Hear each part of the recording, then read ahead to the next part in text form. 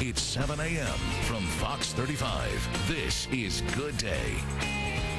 Also, if you're trying to sell your home, you might want to consider another option these days. That's because it seems now is a great time to be a landlord. Rents are going up, demand for rentals is high, and home prices in many parts of the country are still dropping. So joining us now on Good Day to talk about it is Vijay Marolia from Private Wealth Management. Okay, Vijay, let's talk about this. I hear this more and more, people saying, I can't sell the house, maybe I'll just rent it.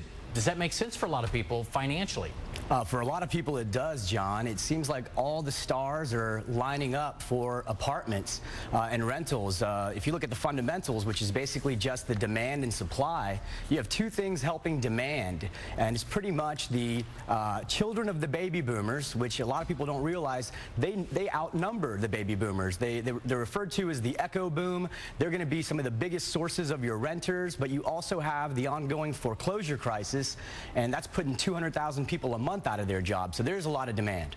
Yeah, and you're talking about a long-term trend here too, because if people go through the foreclosure or whatever it might be, oftentimes you're talking 7 years you're not able to buy again, so people are going to be renting for a long time. The other thing that's affecting that too, John, you're absolutely right. There's not enough supply. After the financial crisis, supply was basically brought to a standstill. You couldn't get a construction loan.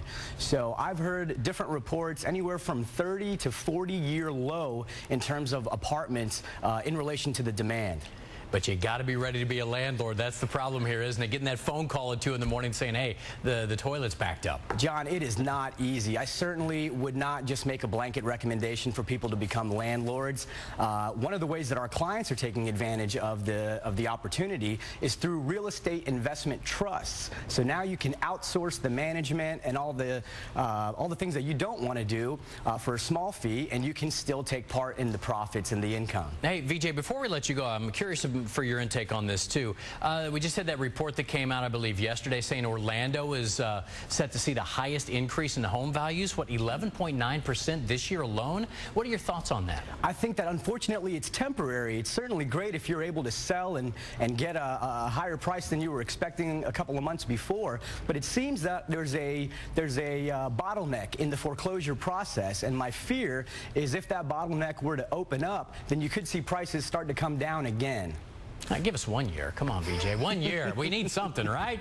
All right, Vijay Marolia, a rock star in the financial world, Private Wealth Management. Thank you, sir. Good to see you once again. Thank you. All right, 7:30.